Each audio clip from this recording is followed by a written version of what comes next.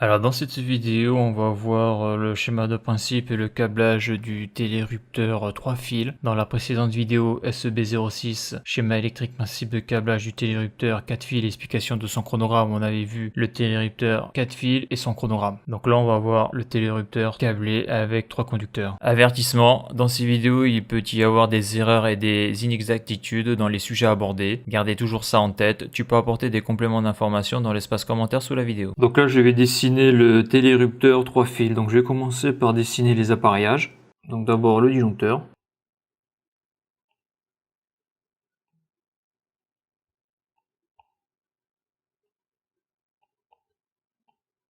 Donc magnétothermique. Après je vais dessiner le télérupteur.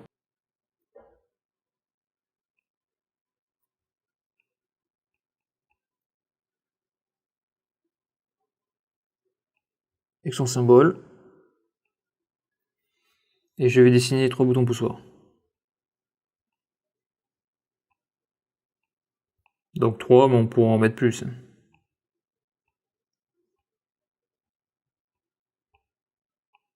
Donc après je vais délimiter les appareils. Ça permet de voir que ce sont des appareils séparés, quoi. Je vais faire pareil pour les boutons poussoirs. Voilà, donc là j'ai oublié de dessiner les voyants.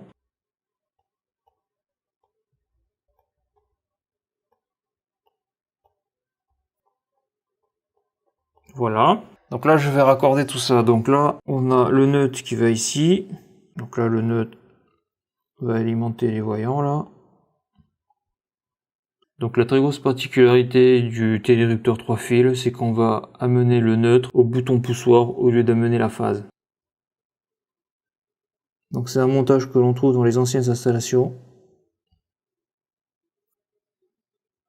Parce que ça, en chantier neuf, en installation récente, on le trouve pas ça. Mais dans l'ancien, on peut le trouver. Donc après, on va avoir notre retour bouton poussoir qui va aller au télérupteur. Donc ça ne change pas. La seule chose qui va changer là, c'est que je vais le mettre plutôt en bas.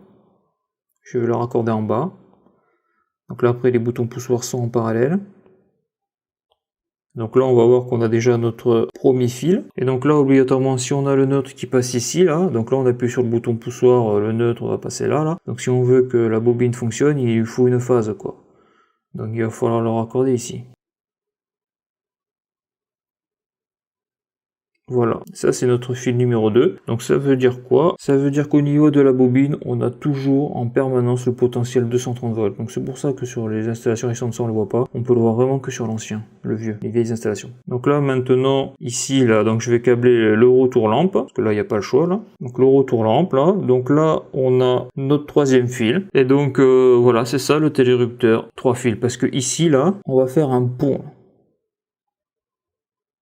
Et donc on a bien nos 3 fils. Donc un fil ici, un conducteur ici qui est la phase, et l'autre là c'est le retour lampe. Donc le 1 bien sûr c'est le retour bouton poussoir. Donc j'ai oublié ce fil là, la phase, l'alimentation. Donc là on est toujours en 230 volts AC, alternatif. Donc comment est-ce que ça fonctionne? Et bien c'est comme l'autre. Donc ici là si j'appuie sur le bouton poussoir, donc là c'est le neutre qui passe là, le neutre passe ici là. Comme ici là on a la phase qui alimente en permanence le télérupteur, et bien la bobine est alimentée et le contact ici bascule. Donc le contact vient de basculer et donc obligatoirement les deux voyants sont allumés. Donc là je vais relâcher le bouton poussoir, donc je vais enlever mon doigt ici là, et on constate donc le bouton poussoir, le contact n'est plus passant, donc le circuit de la bobine est ouvert et on constate que le contact donc de puissance est fermé et donc les lampes sont toujours allumées. Pour ça c'est comme le télérupteur 4 fils. Et donc là je vais appuyer sur le bouton poussoir. Donc en appuyant sur le bouton poussoir, donc la boucle est fermée au niveau de la bobine, elle est alimentée, donc le contact bascule, en basculant donc ça coupe l'alimentation des voyants. Donc là c'est pareil, la boucle est ouverte là au niveau des voyants et donc les voyants ne sont plus alimentés et donc ils s'éteignent. Quand je dis les voyants, bien sûr c'est les points lumineux donc de la maison, du couloir. Et donc là je vais enlever mon doigt du bouton poussoir parce que bien sûr lorsqu'on appuie sur un bouton poussoir ça dure quoi, une seconde, hein, le temps d'appuyer dessus quoi. Donc je viens d'enlever mon doigt et on constate donc que la bobine n'est plus alimentée là vu que le circuit est ouvert. Donc on constate que le contact ne bouge pas, il est au repos donc il reste ouvert, les voyants sont éteints. Donc voilà ce que l'on appelle un télérupteur 3 fils, on le trouve dans l'ancien et donc 3 fils parce que au niveau du télérupteur dans l'armoire électrique, il n'y aura que 3 fils. Une phase ici, le retour bouton poussoir ici et le retour lampe ici, sachant que en haut du contact de puissance du télérupteur, il aura un pont entre ici et la bobine, ou l'inverse, mais c'est la même chose. Donc à noter que pour le chronogramme, eh bien c'est exactement le même que l'on a pu voir dans le télérupteur 4 fils qui est dans la vidéo. Donc SEB06, donc SEB06, schéma électrique, principe de câblage du télérupteur 4 fils et explication de son chronogramme. Alors voilà pour cette vidéo. Si tu as aimé la vidéo, n'hésite pas à la liker et à la partager. Tu peux aller voir les articles de mon blog qui traitent de l'électricité, du chaud et du froid. Tu peux me suivre sur les réseaux sociaux, Twitter, Facebook, Instagram, Google+,